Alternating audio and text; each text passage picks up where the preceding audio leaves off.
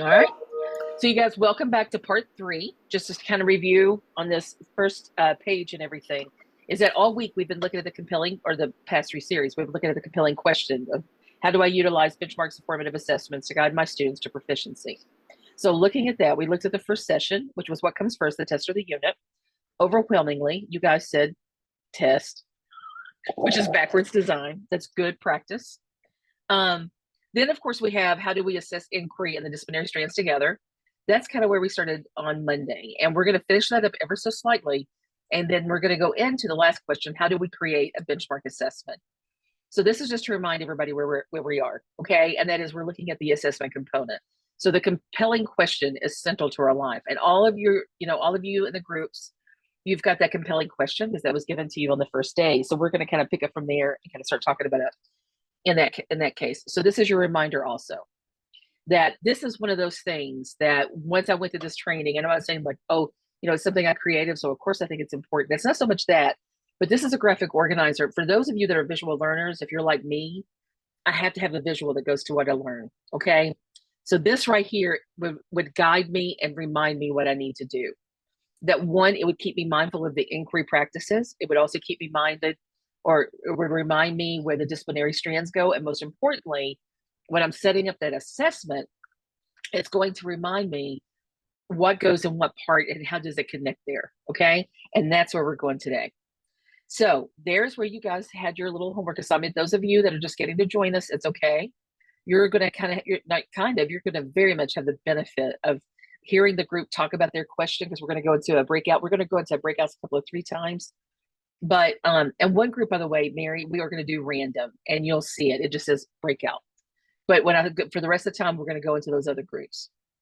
So hopefully that, and if it's easier for you, Mary, because you guys, for one thing, I'm just going to say this out loud. I'm going to say a huge thank you to Mary. I can never, ever, ever, ever do these things if they have any kind of fluidity and any meaning. It's because I have Mary that really supports me and that helps me do that. And when I can, I do that for her, because it means that much to have someone who always has your back. And I love it. Patrick knows, he's given me the nod. So we start today where we ended on Monday, which is you were to create a multiple select or multiple choice or technology enhanced. Now I realize technology enhanced, you can't make it full fleshed, but here's the good news is that you can at least design it and have it planned so that if your school or district gets one of those platforms so that you can build questions in it, build assessments in it, then you can pop it in and make it happen. So to remind us that the whole why of this is that it's the critical thinking skills. That's the difficulty of our test. It's not that, for a long time, and we talked about this on the first day, it is not the skills of the technology. Our kids are technologically savvy. You show them something a couple of times, they have it. They know that they're going to click in between, they're technology natives, as I've heard people say 1,000 times. But for them, between that kind of platform and the thinking we have to do, it's the thinking, planning, analyzing, and writing. And so that's what we're going to get more into today. So we got 2 questions that we kind of looked at. What are the critical thinking skills, and how do we get our students to engage in the thinking, planning, analyzing, and writing? And it's with this. This is in session 3. This is gargantuan, you guys. And when you look at that, we're that nice gold that's all the way across. And we're going to have a deeper discussion into that as we go today. This is the goal of your classroom. And I know it says history. I wish it said social studies. But the complexity of that is if you say social studies, then within that is economics. And an economist thinks a little bit different than a historian. And a political scientist thinks a little bit differently than a historian too. But in general, we have the same practices of our craft, okay? So when you look at when we read, we interpret primary and secondary sources, we identify bias, we think sequentially, we compare and contrast events, accounts, documents, and visuals, and most importantly, we determine meanings of words within context.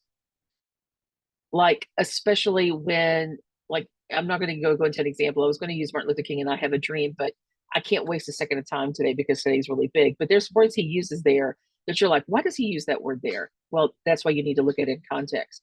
When we think about how we write as historians, we create timelines with narratives, with those words that we're kind of walking, through everything with.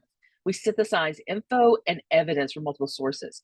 And I hate the word information. When you guys look at that second bullet, in that middle column, that is huge to our standards. You can see our standards and this chart and our standards were made a significant distance apart. So that gives you an idea that we're following true to the craft of social studies. We emphasize coherent organization of ideas, grapple with multiple ideas and large quantities of information, but most importantly, we create essays, there goes my mouse again, based on argumentative principles. So I've isolated this for you guys. So when you look at this and you look to the left as you look at the screen, that is your instructional model. Those are the things that we should be doing constantly in our classroom. I pray I do not lose my voice today. When historians write, there's our assessment. So this is one of those slides, when you guys get this PowerPoint, you guys will be able to go into that and look at that. And this session only deals with assessment. But I hope that in some way, form, or fashion that it has supported your thinking about your instruction. And we're actually going to have another thing on instruction later. But I'm going to tell you guys about another session that we're going to be doing next month. And I think you guys will like it. It's one of those, it's a fast one. It's not a drawn out one. So when we think about assessment design, for us, it's shifting the focus. And you guys remember, I don't know how many of you guys in this room, I'm going to guess a bunch, that you all are, what do they call K-Prep babies? That's what I want to call them. That you guys got to take the K-Prep and all that kind of stuff. And you had questions that were DOK1, DOK2, occasional DOK3, and geez, you were a genius and you did really well. Congratulations, you got a proficient or distinguished. But it's different now. It's very different because we have those critical thinking skills. And oops, and it's doing it again, Mary. No, it cannot do this. So here's an example of what would be a multiple choice in the K-Prep. The minute I flashed that up, when you said, which colony did James Oglethorpe, how many of you guys stopped and you looked down there for Georgia? You did. You did, because you know that from American history. We've heard it a million times. If you can answer that, if you can answer it 4 words into the question, it's DOK1 all day long. Okay? But now we look at the Kentucky Summative Assessment. This was the page that even the day that this was dropped and released online, and all of us went there to see it, even I looked at this and went, oh my, okay. It took me a little while.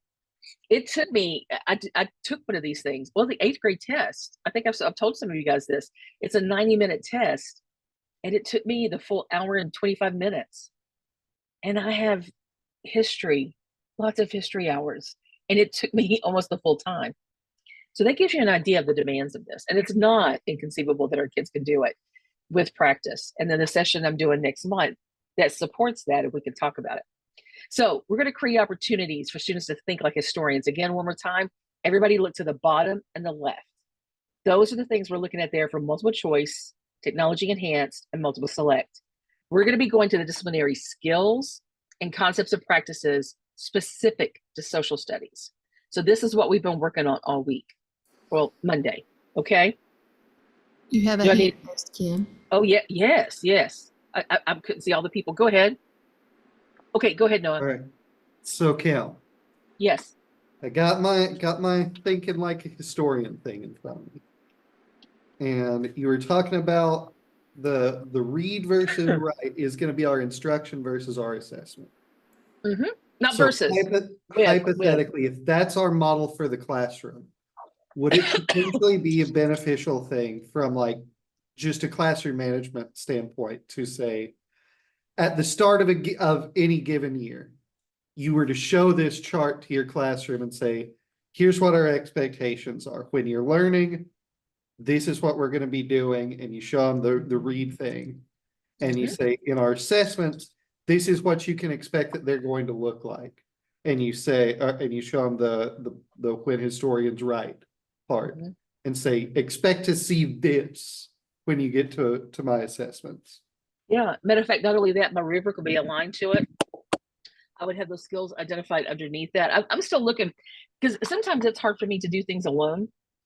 Not because I don't want to do it, but because I need people to help me think bigger and deeper.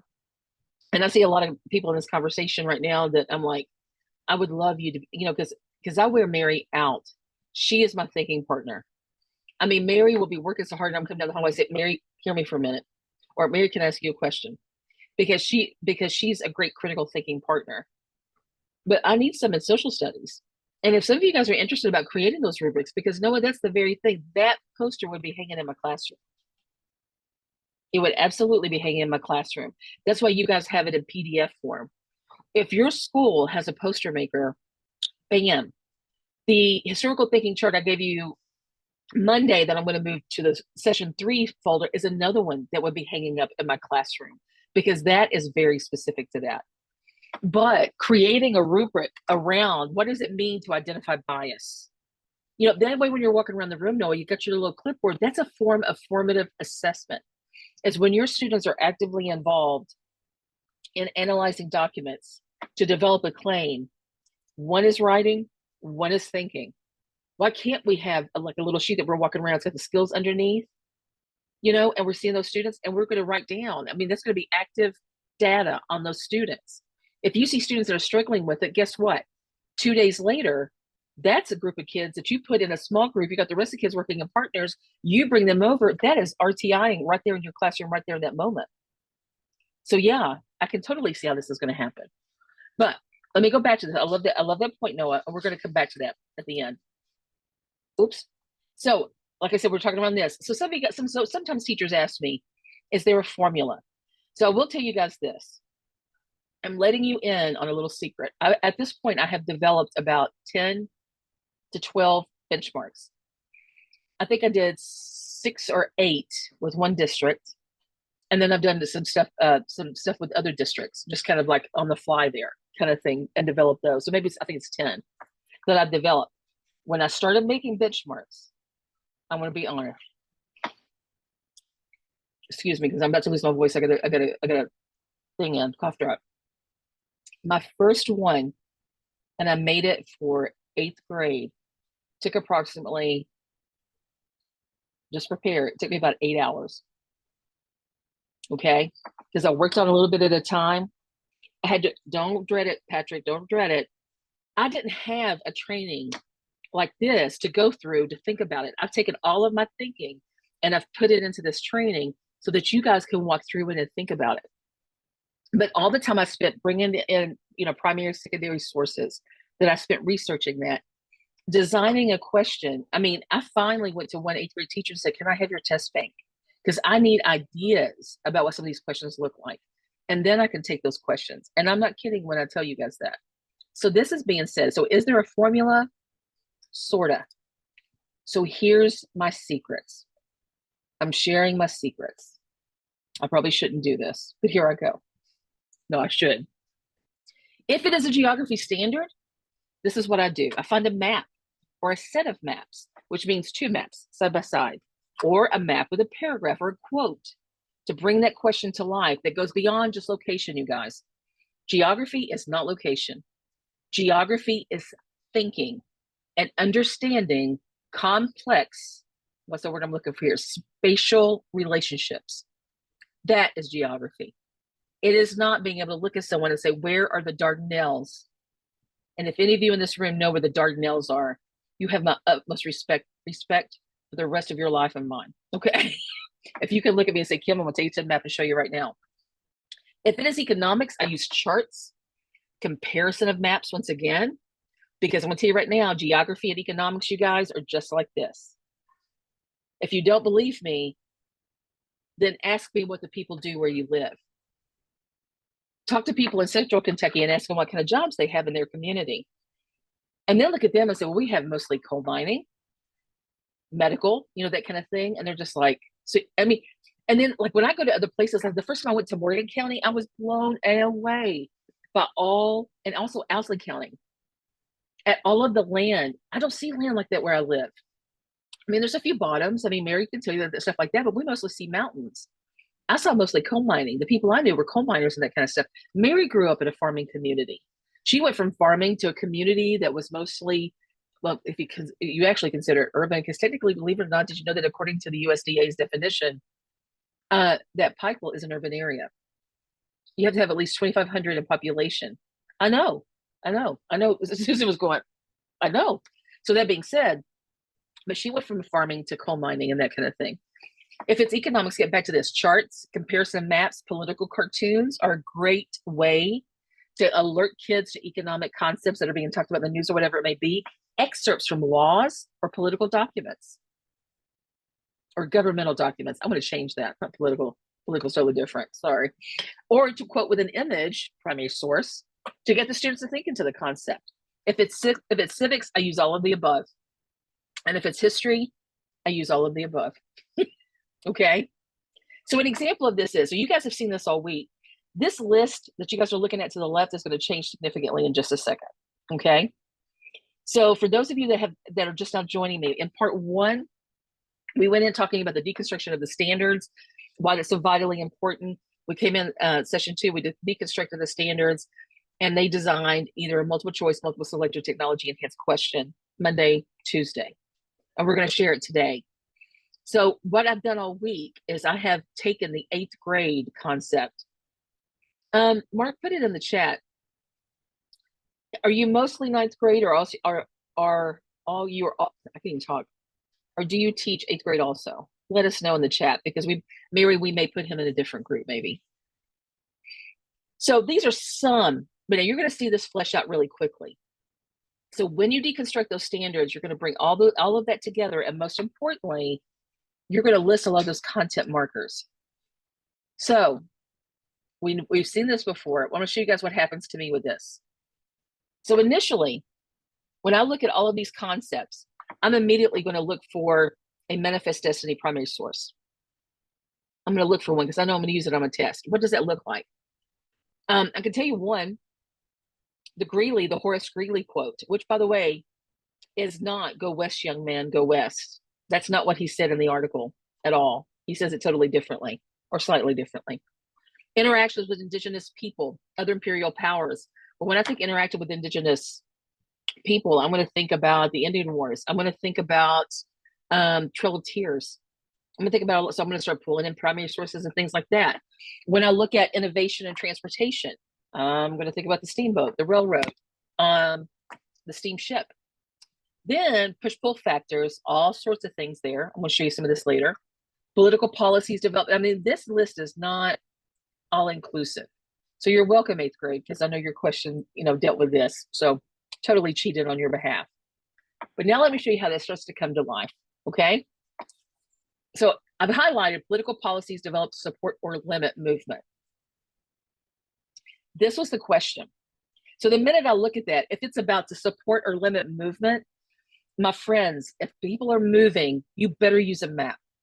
That is the key word for me in a standard when I see that, okay? You had better use a map or a primary source that talks about some innovation for movement. So in this case, obviously, I'm going to think about right off the top of my head, and you guys saw this question on Monday, I'm going to think about Trail of Tears. So this was the map. I mean, this is from the National, and by the way, jot this down so you don't forget, the National Park Service has a phenomenal collection of primary sources and secondaries. Phenomenal. I can take this thing off so I can move. So in this case, this map, albeit a little bit confusing, and look at how many lines and everything else, but it ends in Oklahoma. You see down here, it starts in and around Georgia. It ends in Oklahoma. And even though that's something we could technically have the kids memorize, we could even show them this map multiple times, and they get here and another thing to you guys, this is complicated how to say this. We have got to stop focusing on the kids just getting the right answers. We have got to stop focusing on that. We need to build to that. I'm not saying never get to there, but if we keep focusing on them getting the right answers, the minute we teach something, we're keeping it at DOK 1, DOK 2, and that's it. And we'll stop right there. But if we get these kids thinking about, in this case, you see a lot of movement around Tennessee, a lot of movement around Arkansas, and then you see that movement move up to Oklahoma. I should hear my kids saying, well, wait a minute, they never ever go above, Illinois into Indiana. Everything's staying really, really local. I wonder why they're doing it. That's the kind of discussions I want to hear them have around these maps. Now you can see how this is, changed up a little. So this is to show you guys the two standards, too. So I want you to look at that for about 20 seconds. The two standards that help to create this question.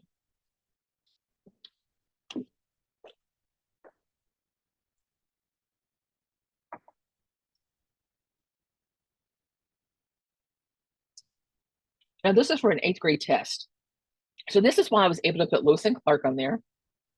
I was able to put the War for Texas Independence, Indian Removal Act, which obviously is the correct answer, Civil War battlefields and troop routes, and railroad routes in the South. Those were all things that they would have studied. So putting that in there to kind of help, and they also know, so one reason why railroad routes to the South are a little interesting to me using it here is because, the railroads and the development of the railroads in the South, that was part of the issue with the Civil War and with their ability to be agricultural and that kind of thing, or industrial. So I thought, well, that'll be interesting. But notice how our geography standard deals, and then notice I highlighted political.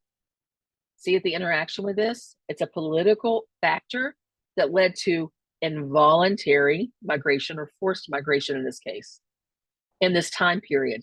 Then look at the using evidence standard that I used. So that, let's do it again. All right. So they're going to gather relevant information. Now, what is the origin? So I want you guys to look at this map. Origin and the 8th grade standard, and by the way, high school, this is a big one for you all, so that's why I'm bringing it up. Because these things, origin, authority, structure, context, cooperative value, are things your students should think automatically. And you got 3 whole years to get those kids to do that. Using evidence 3 is a great, great, great standard to inspire, encourage, and drive high school teachers. Because to take those skills and take them to the next level is what we're expected to do. So when you look at this, notice I've highlighted origin, because this map comes from the National Park Service. Our kids should automatically get in the habit of saying, okay, if this comes from the National Park Service, I probably can check, I can check off the list that it's good. It's a good source. Because one, it's national. It's going to have access to the good information. Not only that, it is peer reviewed. I cannot emphasize that enough. These maps are not just created and slung onto something. For this to have made it to a pamphlet that is used with the National Park Service, and by the way, I think I got this from the Trail of Tears website. So it's their map, okay? And because it is, the people who created this, the cartographers or whatever that created this, the geographers that worked with them, very intentionally went to a lot of different other maps to inform this map. So that's using secondary sources to create another secondary source. And they went to primary sources to create that secondary source. Now we're going to go into a little fun breakout room. The answer is not in your session 3. So this one, Mary, is for kicks and giggles. Double them up with a partner. We're going to do 2 in a room. Is that okay? So two in a room, you say? Okay. Yep, 2 in a room. All right. And you just want them automatically assigned? Yeah. Okay. So before we go, and you guys have this, but now let me show the instructions here. So if you want to take a screenshot, something's going on with my Mary is able to, which is great. She can still broadcast, and most importantly, she can still cast a slide when you guys go in a room. I'm having all kinds of issues with my Zoom. That's why I have to be very careful.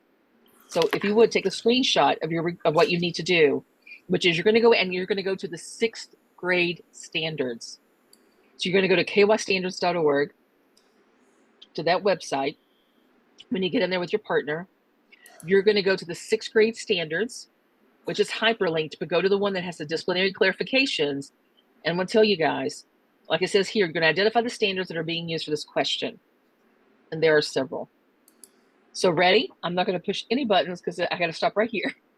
So you guys have this, so you can look at it, blow it up, stretch it out so you can see things when you get with your partner. This is in the participant folder in session 3. And there we go, Mary. We're ready to go. So let me give them just a second because I want to make sure. So they've got to go to kystandards.org and get to 6th grade. They've taken a picture of the item. And so they're just going to be paired with one other person just for fun to kind of go through and talk about this. How many minutes? Let's give them 4 minutes, and they're going to look for the standards that are linked to this. And you guys, you have this whole question. You don't have to take a screenshot of this. Just take a screenshot of the breakout room part, the directions. You guys have this in your folder. Mary, and that's it. Yep. I've got my partner already. Huh? I got my partner already. We're already in the same room. Yeah, so you don't have to, Well, it just randomly, it's already randomly selected. So you'll have another person you all can talk with, because that actually, there's going to be one group of 3 and you all will be it. So that works. That's great. Megan is driving, so whoever's Ooh. partnered with her just might have to kind of, I don't know if she can unmute or not, but we'll see. Okay. You be safe, Megan. Do not try to do. Amen. All right. So we're opening the rooms. 4 minutes, guys.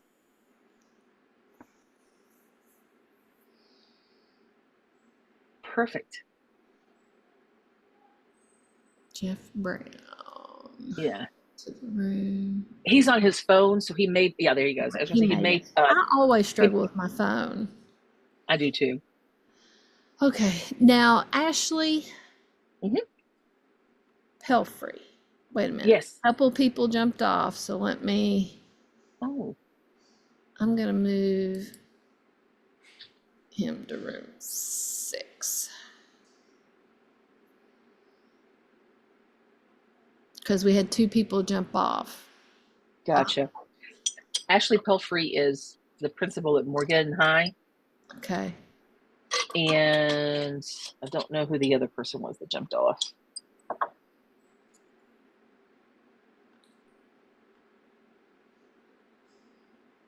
Move Susan. I put one group of 3 because Susan was by herself. There's been some that have left us when we did this. So Ashley's one of them that left. Gotcha. Thank you. Have you talked to Johnny? I just had texted him to check on him, and he said he wasn't doing okay. He's laid back down and dozing off, he said. So, he's sleeping. I mean, and that's one sign there of, I worry about it. Can I tell you I'm traumatized by what's on the screen?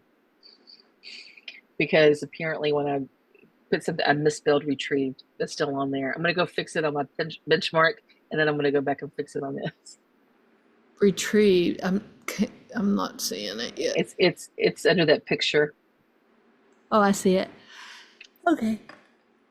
Hate myself. 4:14. I'll say one more minute. Excellent. Thank you, Mary.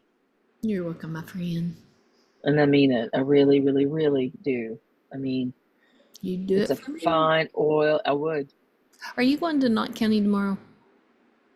Yes. Okay. I don't know if I'll be able to or not. We need to check with them because we have to see. As far as I know, I think they are meeting. I will text them. Okay. And I'll do that with you. That one that we had the other day. I'll text it and see. We'll do that. I'm sorry I had to put that stupid cough drop in. I mean, my throat started going, and I was like, no. Crystal wound up having to be in a room by herself. Looks like it. Oh, no. Podcast 1 minute remaining. 45 seconds remaining. That is so cool. I love how you do that. I love that. Yeah. I like it when you can broadcast your screen in there so they can still see it. That's so handy. Oh, by the way, it happened again today during the KDE meeting because they went to Zooms today. Because y'all must have had problems last time with Teams or something. And so anyway, we used Zoom, and my Zoom did it again. It didn't kick me out. Well, I kicked you out. I kicked you out. Well, I asked to. I feel terrible when you say that. I'm like, I asked you to. That was my fault. But yeah. So the minute we get out of this, I'm gonna update and see if that helps any. It could be my computer because I think I've got an update on my computer. Okay, I'm gonna close their rooms. Okie dokie. You should be starting. Oh, that is some good mix-up. I love it. Love it. That's great. Nice job, Mary. Well, it did it. It wasn't me. I had nothing to do with that. Now I'm going to recreate and make their other rooms, right? Yes. Okay. So, Crystal, how did that go for you? Because I think you ended up by yourself, did you? Megan was in there for a minute and then she disappeared. So. Oh, no. Okay. Well, you had a good partner. You had a good one. Okay. I didn't get very far. Okay. Well, that's okay. We're going to catch up. So notice you guys with this question. That's why I can't wait to see. So I'm just going to be curious. Just pop it in the chat, some of you guys. How many standards did you have from 6th grade that you felt that applied to this? I'm just curious. And notice I put there are several. Let's see.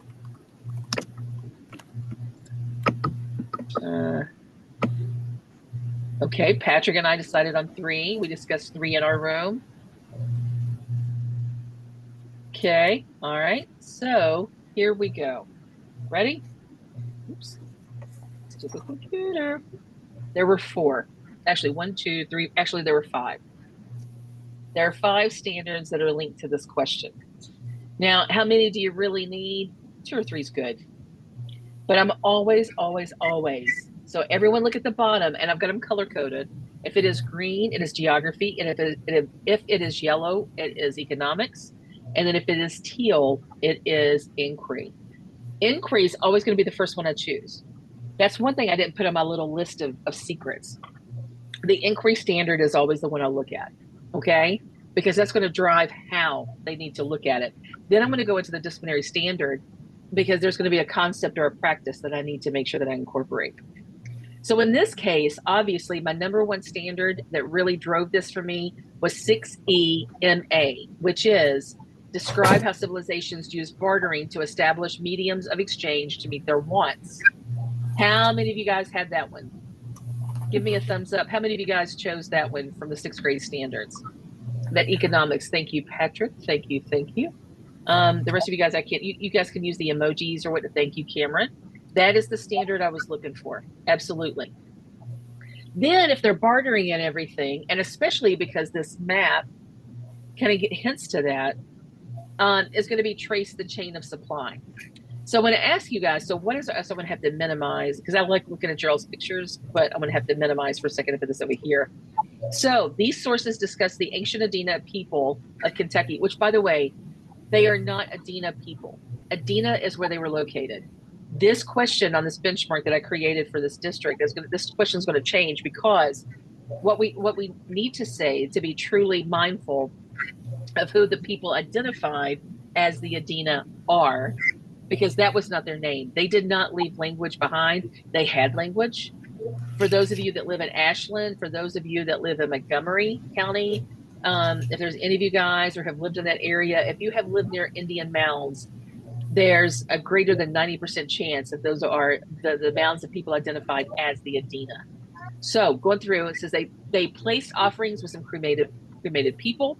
Offerings placed prior to cremation show evidence of burning. It goes on and explains that there were things there, spear points, stone, and I never know how to say it, gorgets, oval pendants made from slate, hematite cones, and bone awls and combs. And then you can see all those things there. But most of all, what is the copper. So using evidence from the text and map above, identify what do you know to be true regarding the early woodland people of Kentucky. So if you guys would, pop the answer in the chat. What did you and your partner say was the correct answer? So I'm going to bring people back so I can see. Oops, I stopped sharing. Good job, Kim. Before I go back and start No, we sharing. can still see it. Okay. So what was the correct answer?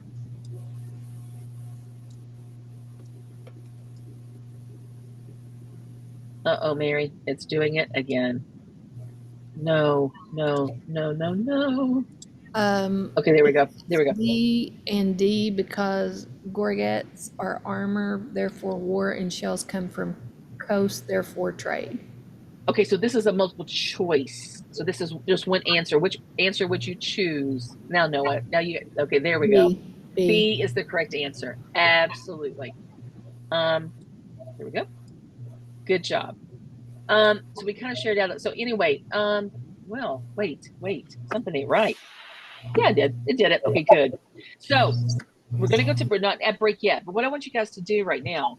So I want you guys, we're gonna put you out into your groups for just a second, okay? And that's the groups that you worked on your question with. I did this to kind of review and to talk about how many standards and everything else figure into this. you're going to go into your assessment creation group is the best way to look at it. Okay. So when you get there with your group, and you're going to have some new people with you guys. We've paired some of our high school people up into our high school groups and that kind of thing. So when you guys get into your group, listen to the discussion, especially if you're new, because this is part 3 in the 3-part series. So get in there, listen to their discussion and everything, but they're going to share it out with the group. You guys are going to get it ready.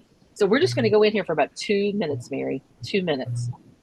So when you get with your group, discuss, talk about those standards, how, just refresh everyone's memory in the group and that kind of thing.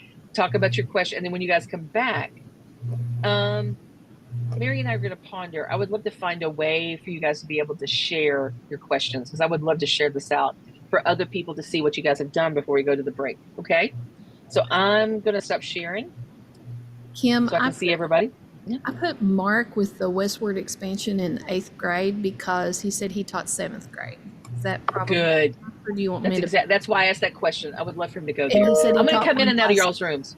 Okay. Huh? All righty. And so Noah, you've got your partner in the room with you, you said. So we're gonna Amen. Hallelujah. taught 8th. Mark taught 8 for right. 8 for years. Okay. For years. All right. So I'm gonna go ahead and open it. And you said 2 minutes, right? Yep, 2 minutes. So what we're going to do now, one group, Hazard, whatever group you were in, I have yours ready to share and display. But if a person from, so Floyd's not here. Okay, Westward Expansion. We'll start with you, 8th grade. Oh, I'm excited. Westward Expansion. Who would like to broadcast or share? Because Mary will make you host for a moment. So who's going to be your leader for that group? We'd just like to see your question.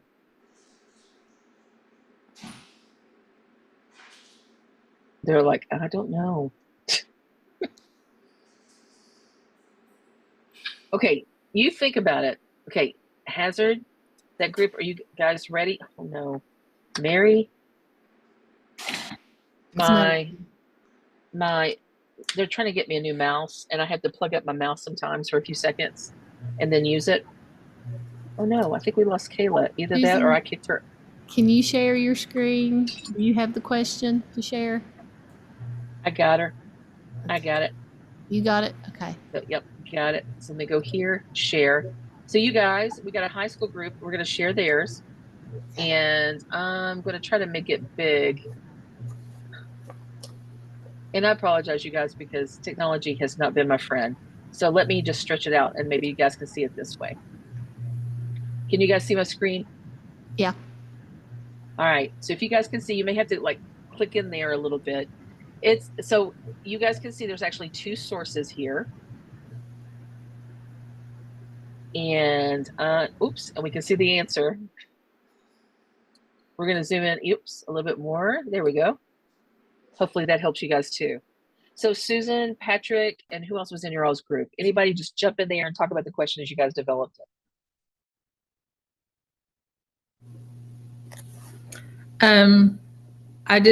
I was looking at the economic effects and the opportunity costs of turning factories and stuff into war production, and the effect that it had on the economy, especially coming out of the Great Depression. So just found 2 sources that kind of put that together, and then just created the question to synthesize and analyze. So anybody have any questions? So when you look at, so what's the correct answer? Correct answer is C. Yes.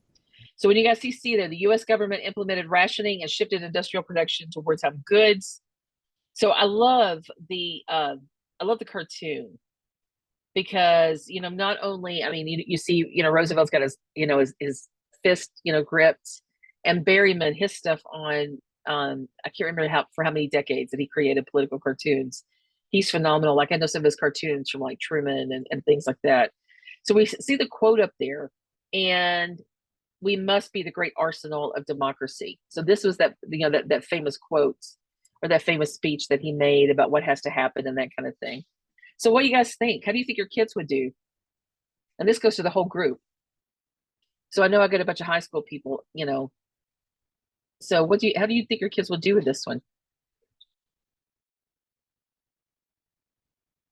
Give some of your coworkers, you know, some love and affection here.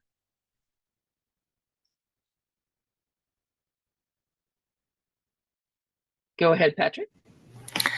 I mean, just gonna add really quickly. I mean, one thing that I have to work with my kids a lot on constantly is I give them a question like this, and like super meaty, right? I mean, there's a lot to really dig into and think about here. But my kids, they want to rush through so often, and so that's just a big thing. I mean, some of my kids would probably do well, others would struggle a little bit, but they would struggle because they want to rush through. They want to get from point A to point B as quickly as they can. And one of my things that I've noticed recently is I just got to work with them on slowing down and actually spending time on these questions. But that takes all year. You know, that does. And I love that you brought that up. One thing I love about this, you guys, is there's a visual. So looking at this visual, and the visual and the visual source has very few words on it, enough to where some of our students who are okay, who would have different on and off ramps for reading and writing, they don't read and write on grade level, but they could go to this image, and especially seeing production 1942, how many planes, how many, you know, combat vehicles. But the big thing is, look up there at the source above it. This is the length of our sources for our primary sources, for our quotes. In other words, that's an excerpt. That is extremely important that we do that, because when you look at our released items, this is what you're seeing. If we give our students this gargantuan paragraph that is like most of the speech and that kind of thing with this visual, they're not going to get through that before the end of the test. But the whole idea, because what this is measuring, you can see here, I see the inquiry, because it's looking at two different sources talking about the same topic. And most importantly, it's looking at an economic policy. So I see inquiry, I see economics, I even see geography, because folks are going to move to where those factories are. So there's a little touch of that there, but that is great. You all did a phenomenal job. I really, really, really like how you guys went straight into a completely appropriate size, you know, source one, and the source two. Great visual. The kids will know what you're talking about when you look at that one. Who would like to share theirs? Because our folks that are new with us tonight, they kind of need to see some of the stuff, that some of the work that we've been doing. So they'll go back and watch parts 1 and 2. So this will be good. Who wants to share theirs? Noah. Right, let's go. Do you have an image you can share with us? Can you give me like 3 seconds? I need to move it from my laptop to my desktop, and I can stream it. Okay. And Mary can make you a host. 8th grade. I don't want you all to be shy. I know that you all, like, listen, you all rocked the whole thing of choosing your sources. So I know y'all did good. Oh my. All right. Man, y'all getting fancy. Go ahead. So, not the best source, but it's a concept. It's not exactly the final thing that I would give to students, because you can tell it comes from a textbook. But what we're looking at here is a map of different places where the Cold War kind of heated up a little bit. So things that we've got labeled here, we've got Korea and Vietnam labeled, we've got Greece labeled, we've got places in Africa labeled, and of course we have places in Latin America labeled. And so the question is, the map shows a series of conflicts that occur between 1948 and 1975, which is sort of the first 2/3 of the Cold War. And the question is, what reasons would the countries involved have for engaging in those conflicts? And it's a multiple select. Oh, yes, okay. it is a multiple select. So there are 2 correct answers here. I got mine. But I'm not going to say them out loud. So the first one is the United States wanted to actively spread representative government to other nations. Then we have the United States wanted to contain the spread of communism worldwide. We have the Soviet Union saw communist regimes as natural allies and therefore assisted in revolutions. We have the Soviet Union wanted to further Leon Trotsky's goal of international communist revolution. And then we have the British wanted to help countries in Southeast Asia break free from colonial repression. So the last one is mostly meant to be the one that we know isn't true, because we know that Britain was the big colonial empire for a long time. And even though it decolonizes at this point in time, we know that it's not like fighting wars to actively decolonize other places. Yes. So here's what I'm going to do. So don't say anything else. Okay. I'm just curious, folks, how would you answer this? Because these are high school folks in this training. We got some 8th grade, but we're all trained historically. So what do we think the answers are, y'all? Now, Noah will tell us in a minute. I think I know, Noah. I should text you and say, is it? But what do you guys think? He's already told you that E is absolutely off the table. So what would be the two that you would choose? B and C. Thank you, Mark. Anybody else? Sometimes folks are like, oh, I don't want to put it in there because I'm afraid that. So we'll go with Mark's answer. So it was B and C. Is it Noah? Is it? It is, in fact, B and C. So, because I was scared. So the idea Okay. here is we're assessing Oh, nice. specifically our with this one the comparative government one. I don't remember exactly what disciplinary strand it comes from. Or I know it comes from civics, but I don't remember what the standard is called. But CP3, it's the compare different forms of government one, and then this one down here, because you've got a map, you can physically see how the world is essentially divided in a lot of ways. And so the students should know off the bat containment from their US history. That should be something that they should look at this, and they should see that there's essentially like a buffer zone that very few countries get past. Awesome. And then they should know that the communists aren't like going super gung-ho with things. They're just looking for, okay, we realize that we need other communist countries because those are the ones that actually want to trade with us, the ones that actually want to be our ally. So we need to prop them up wherever we can. So it's not like they're actively, oh yes, we need to make the world communist. It's we need allies. This is how we get them. Awesome. Thank you, Noah. If you'll stop sharing there, just in case. So 8th grade, we have like 2 minutes left in this. Would you like to share yours? If you're kind of like, no, it's up to you guys, because I think one of our other high school groups was in here to kind of share theirs. So 8th grade. Oh, good. Everybody, can you open it up? Thank you, Cameron. Can you guys open it up in the link there? Just reach over in the chat and pull that up.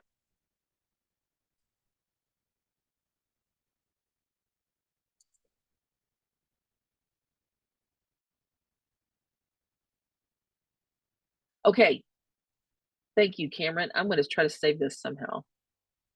I'm going to export it to my computer.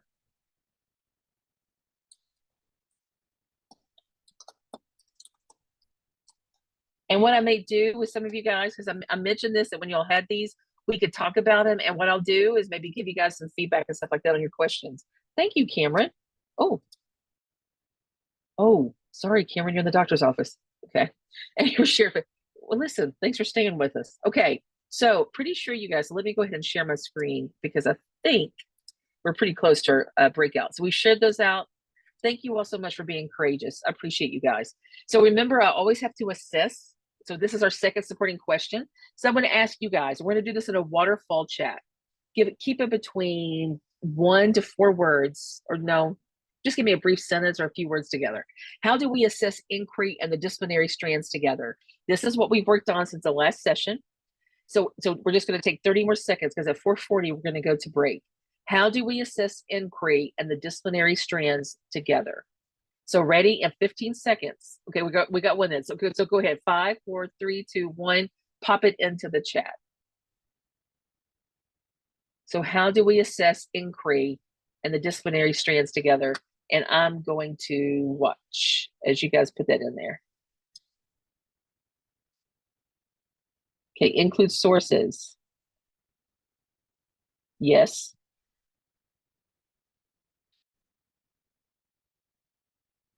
What's some other ways that we can do that?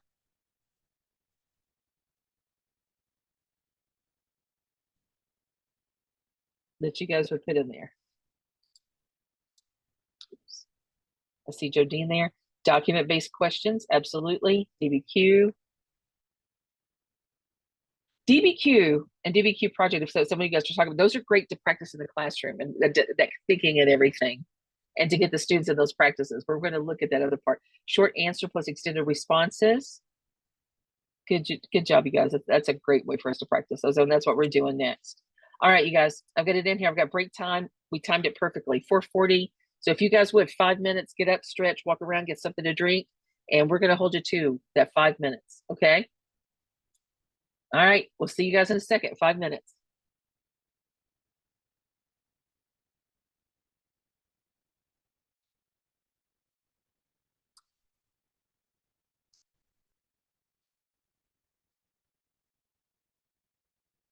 Different types of sources. Yes, thank you, Patrick.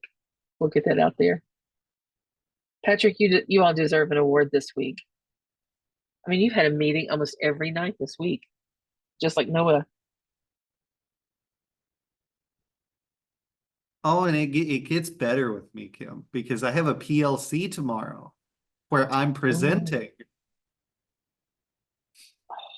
on the same day that we get another 2 hours after school. Yeah. When we hit Friday this week and that bell rings, I might Oh, pass you're for 36 hours. Patrick, for some reason, it keeps putting your text in there multiple times. But Jodine, not Jodine, but Kim, guess what? Mm-hmm. Good job. Good Still job. have it. Yep. Copy it and give it to the kids. Can and put I it in front of read their a notebook. daggone thing that you have written on the back? Not one word. But I do have this. That's good. I have no idea what I was writing on the back. I have no idea. Well, I know we got the disciplinary strands. Oh, We okay. have numbers. Gotcha. All That's right. it. That's all I got. Oops. I'm going to escape. Oh no. I Good. I didn't do it to do need myself. to ask Jodine whether she's here, whether I just need to ask her tomorrow or something. She's here. She's here. Well, I do need to ask whether we have a big old size printer for that. Because if we do, then maybe I can get that done. And if not, then I'm going to put my seniors to work making a poster for it tomorrow. Oh my. Oh my. They've got nothing else to do. They're stuck in here with me. It's 4:45. Thank you, dear. All right, you guys, here we go. This is the part of the test that when I've worked with schools and we developed the benchmark and everything, this is always where we start. Okay. So this is really the starting point, the extended response and the short answer. So there we go. I'm always going to go back to this just to refresh your memory. So this discussion here is extremely important. We think about this. This is one that when you guys, and what I'm going to do in just a second, when you guys go into your breakout rooms, I may go ahead and put this into a PDF and put it in there so you guys can come back and look at this when you go into breakout rooms. Excuse me. So when we look at extended response, and so you see I got keywords highlighted, and that's incredibly important. So the whole purpose behind the extended response is to connect with a compelling question that organizes the whole thing. Okay. This goes back to day one when we talked about micro chunking. When you localize those 7 to 10 at the most standards, for me, it's really going to be that 7 to 9, and that includes the inquiry practice and the disciplinary strands. But if we go up to those 10 standards, that's it. And we're micro chunking because we're teaching for depth. So therefore we can assess for depth, which is a much greater indicator of what our students are going to do on that test at the end of the year. So that compelling question links to argumentation.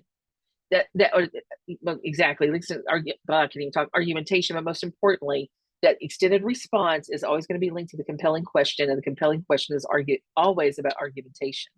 So sources are available to the student throughout the assessment.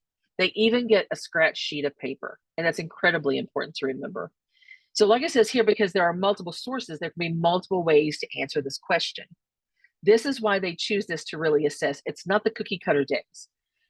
You guys in this room, many of you in here again are young enough to remember the portfolios that you had to create writings for the portfolios. Some of us may have been old enough to have graded those portfolios. That would be me, okay?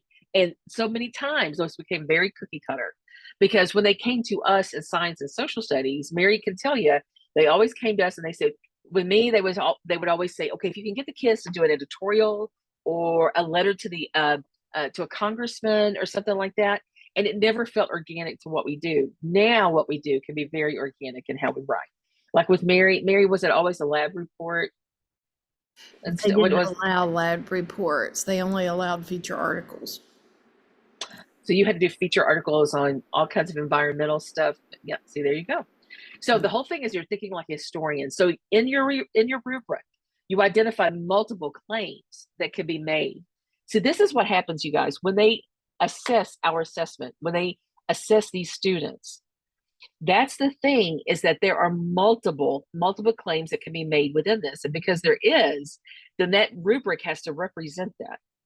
Because when you think about how multiple claims are there because there's multiple sources, then where it really starts splitting hairs, as they say, is, are the students using the sources appropriately and correctly?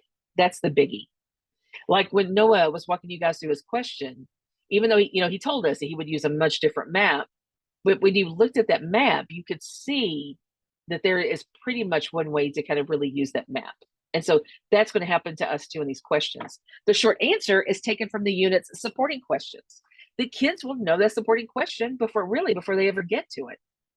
Or you can create a new one that's linked to one of those questions within that unit. Students can be asked to, so notice, you guys, that's extremely important. Those things are in that burgundy-ish kind of color, extremely important. When you give a short answer, it evaluates a claim, because if you look at our assessment, see, sometimes we think short answers are, why was, oh my gosh, I hate when I create questions off the top of my head. I'm trying to think of a topic to go to.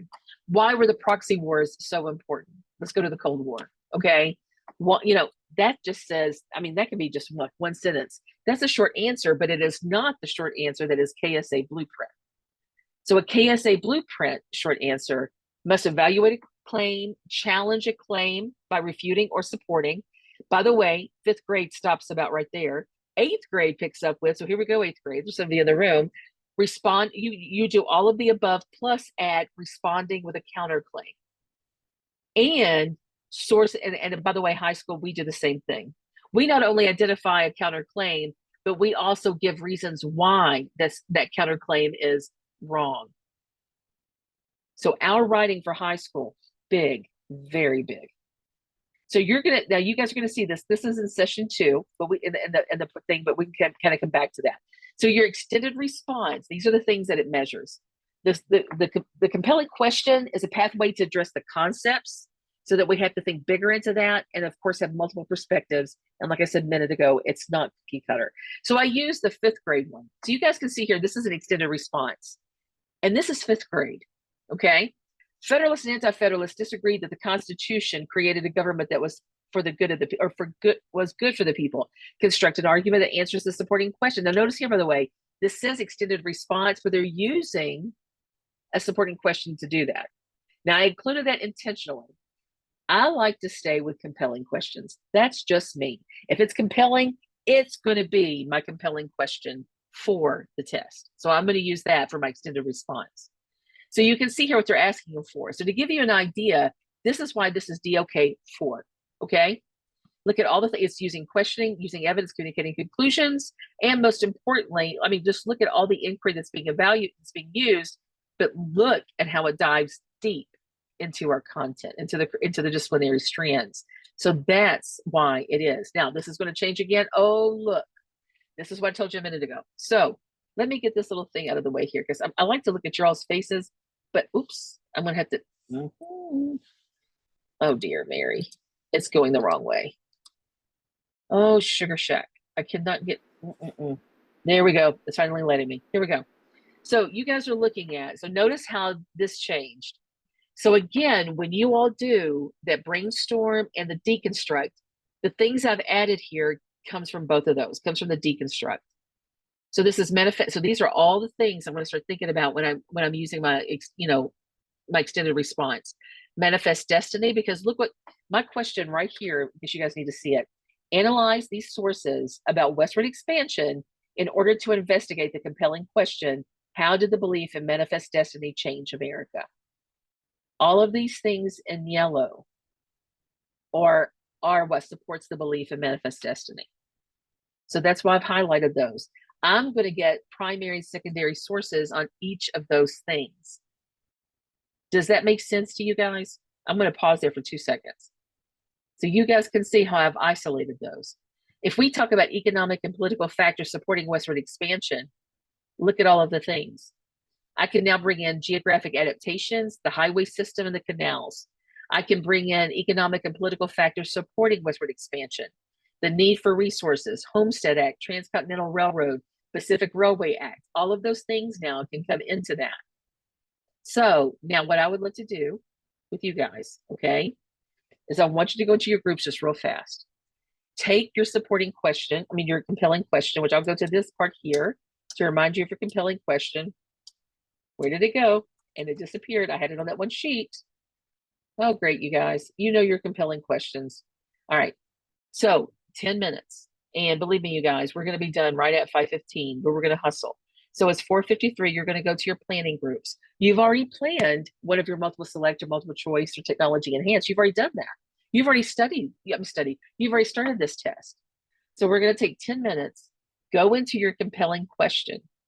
Okay. And you're going to brainstorm which primary and secondary sources that you think that you would like to use for this question. And I'll say that again, which primary and secondary sources that you would like to use for that question. So ready? And remember, these are the things that you look at. Take a screenshot of this page that you guys can remember. You're going to look at movements, events, people, and voices. And also just say, ooh, and it would be really neat to find this secondary source. Surely this secondary source is out there. So you guys have got a screenshot of this. I see you guys taking it. So ready? So Mary, are you ready to go? I know you're ready to go because you're amazing. Already open. All right. They're good. We're going. Okay, so I got in there with westward expansion and started talking, just like I had to make myself leave World War II, because again, I was doing a lot of talking. But so keep in mind, you guys, for argumentation, like the question for the high school group that was doing World War II, the impact of World War II, there's going to be positive and negatives. So it has to be argumentation. There's two sides to everything. Does expansion always mean progress? And you've got to remember they only have 7 sources, up to 7 sources that they can use. With high school, we typically are, and I'm going to go ahead and share my PowerPoint so I can go to that. So let's do like a little reflection here. So you guys had 10 minutes to do that. So, how did it go? And I really want you guys to open up your mics here. How did it go? Where did you need more time thinking? What was the easiest part? I'd like to hear from the Cold War group really fast. We only have like 30 seconds because I got 10 minutes to finish this. So what were some catches for you guys maybe?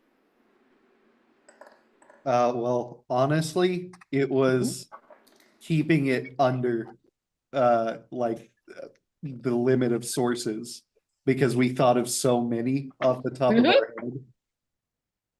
And Yes. we got to the point where we were like, well, we can't really add anything else, can't we? So that which ones are the most important?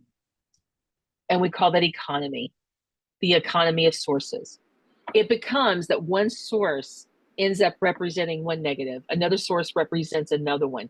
So that's why you have to, we can't pull 4 or 5 because we also, thank you, Mary. Yeah, I saw that. I got my, so we also have to remember that when we choose those, we give them space to talk. And sometimes too, 1 or 2 of those sources, if you can, needs to do both sides sort of, that it can kind of be interpreted. So World War II group, what did you guys find? Anybody can open up your mic. Hit it. There we go, Patrick. I mean, just one thing that is coming right off the top of my head is just kind of building off of what Noah said, but also just thinking about all the different types of sources. Like we talked about political cartoons. We talked about, I think, written sources. We talked about even song lyrics at one point. That'd be great. Yes. And thinking about, sources, the diversity of sources in that respect as well. Yes. So now you guys remember support or refute, evaluate an author's use of evidence to support a claim, and thinking in terms of that. And Westward Expansion Group, we'll let you guys talk in just a second. We come back for the whole group. So I want to get on there for just a second. So here was an example. We're going to show that in a minute. I'm not going to give you guys 10 minutes. This is the short answer. So let's just take 2 or 3 minutes. Okay. So this is how this is going to change. So create a short answer. See, notice I only gave you guys compelling. It was really easy for you guys to plan that. So think of your unit. Think of something within your unit that you would really like to isolate. Okay. Like the example that I gave you guys, earlier, looking at the Federalist and Anti-Federalist and how that was, the extended response. Well, later in the short answer, it was asking, let me go back and show you. It was asking, using your knowledge of the U.S. Constitution, this is 5th grade again, the U.S. Constitution upholds the idea of popular sovereignty. Use at least 2 sources, because we have to remember it goes back to those sources. So let's just take 2 minutes. This says 10, but no, because we've talked more tonight, and I really wanted that. I wanted to hear you all. So take 2 minutes, go into your groups. What would be a supporting question that you would think would be great for the kids to answer? I'm getting way too excited for the kids to answer. So ready? 2 minutes. Here we go, Mary, and we'll let you guys know when there's 1 minute to go. Okay, you guys, this one was a little bit harder, and let's do it again. It was a little bit harder, and most importantly, you didn't really have a lot of time. So would someone like to throw out, like I told Westward Expansion when I hopped in there really fast, I said, you guys will be first. So Westward Expansion, what was one of your supporting questions you all think that would be good to use? Well, we didn't, like you said, we didn't have a whole lot of time, but Oh, what was kind of tossed around was trying to develop a short answer question about how about using Trail of Tears and Indian Removal Act, and how, even though that was implemented based on the sources, how were Native Americans able to keep their culture and traditions alive? Oh no, there's a question there. Not only their culture, how did indigenous people engage in defiance, or that kind of thing? Like you could ask a supporting question like that, but now you got to remember, we got to be careful with that supporting question, because but I see what you're, how can I put this? Poor 8th graders was so big. Let me put it this way, is that your documents, so this is what I got to show you guys. Your documents have to support, let me go to this one. Your documents have to support both your compelling and Kim, slow down. Your documents have to support the extended response and the short answer. This diagram explains that. So the ones that we were talking about when I was in there with you all, it was really heavy, about the indigenous people and their experience.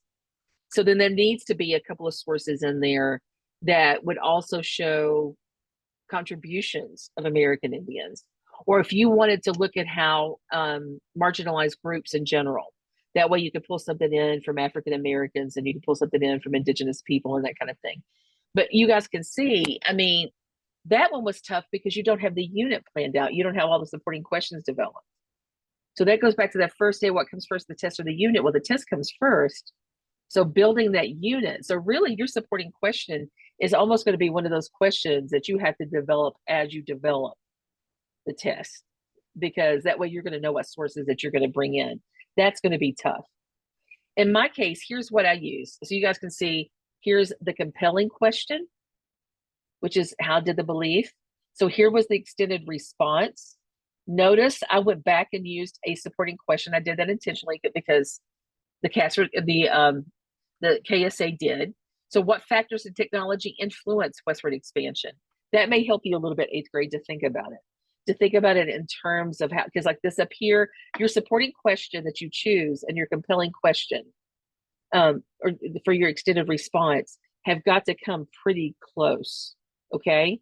So your supporting question, or excuse me, I keep calling it that, for the love of Pearl, your short answer has to be very close in concepts and practices to your extended response, but not identical. Notice how the Federalist and Anti-Federalist was the extended response, but popular sovereignty in the Constitution was the 5th grade example.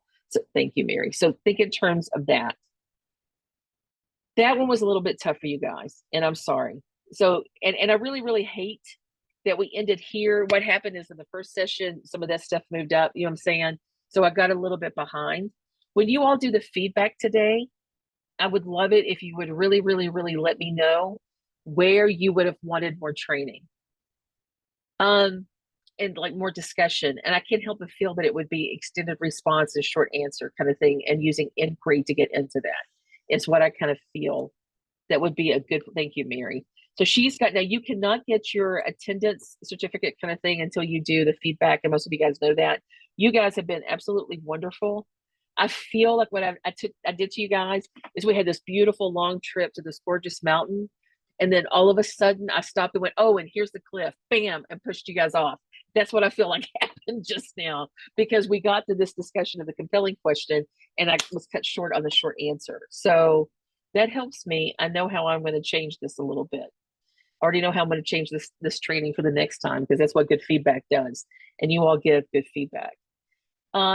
If there is anything I can do to help you guys with one of these, I'm happy to do it. So if your school wants to create one as like an interim to kind of get your kids now to kind of see, ooh, I wonder what's going to happen at the end, or do one now, and then we can have one for the interim, and do one then, benchmark here, interim here, and that can is kind of is a predictor for the end. So I'm so glad to have seen all the different schools that have been represented and everything, but I'm here at your beck and call. Call me when you guys are in a PLC, whatever it may be. I'll give you guys some feedback on your questions. I have to give a big shout out again to the 8th grade folks, because they have endured talking about, a lot of the high school stuff and that kind of thing. And I really appreciate it greatly. All right, you guys, don't forget to do your feedbacks. The recordings will be in the folders. Like session 1 recording is in session 1 folder right now. If you go and click, you'll see a Google Doc with the link. Adrian is editing session 2 and finishing that up. And then when this one processes, he will edit it, trying to cut out a lot of the pauses with the breakout rooms and stuff, because y'all don't want to have to sit and look at me during that time, because that's about all it is. But but those will be in the folders, and that's in the email we sent you, and hopefully you have marked it or added it to your starred in your Google Drive. Yeah, you guys please do. Mary taught me that. I never knew until I knew Mary. So now I've got those things starred. So please, you guys give me some good suggestions there. I kind of feel like I know that I'm going to be thinking about this the whole way home, about how to do the last session about the extended response. And it may even be, I don't know. Yeah, I'll be thinking about this a whole lot. But thanks, you guys. Y'all been wonderful. In Morgan County, it was great seeing you guys. I'll see you Friday, and we'll talk about today a little bit.